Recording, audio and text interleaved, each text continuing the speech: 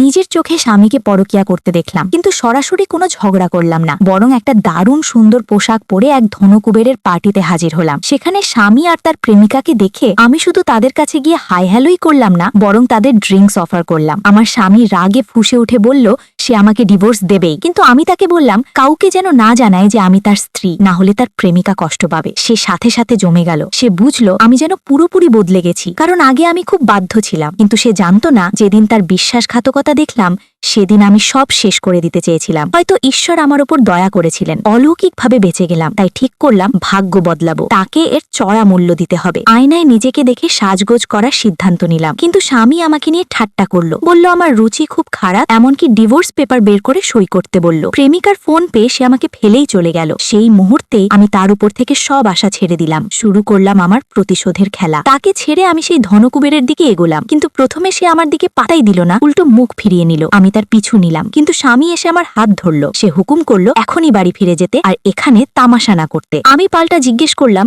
সে কি সাহস করে সবার সামনে বলতে পারবে যে আমি তার স্ত্রী? সে ভাবলো আমি তাকে ফিরে পেতে চাইছি, কিন্তু আমি তো আসলে ওই ধনকুবেরের কাছেই যেতে চেয়েছিলাম। ঠিক তখনই তার প্রেমিকা এগিয়ে এলো। সে খুব অসহায় ভাব করে বলল সে নাকি আমার স্বামীর সাধারণ বন্ধু, আমাকে ভুল না বুঝতে বলল। আমার স্বামীও তার হয়ে সাফাই গাইল, কিন্তু আমি তো সব নিজের চোখে দেখেছি। তাদের মিথ্যে কথায় কি আর বিশ্বাস হয়? আমি খুব সাবলীলভাবে ধনকুবেরের দিকে হেঁটে গেলাম। অদ্ভুতভাবে সে ভাবলো আমি তাকে ফাঁদে ফেলতে এসেছি। আমি এমন ভাব করলাম যেন আমি খুব অপমানিত আর কেঁদে দেব। অমনি সে নরম হয়ে গেল। সে আমাকে টেনে তুলল, কিন্তু পরক্ষণেই আমার স্বামী ছুটে এসে আমাকে নিয়ে যেতে চাইল। আমি ঝাড়া দিয়ে হাত ছাড়িয়ে নিলাম আর বললাম আমার বয়ফ্রেন্ডের পেছনে লাগার পথে যেন সে বাধা না দেয়। সে রেগে গিয়ে আমাকে মারতে এলো। ঠিক সেই মুহূর্তে ধনকুবের এগিয়ে এসে তাকে থামিয়ে দিল। সে কিছু বলতে যাচ্ছিল, কিন্তু ওই লোকটা তাকে সাবধান করে দিল, আবার ওকে ছোঁয়ার সাহস করবি না।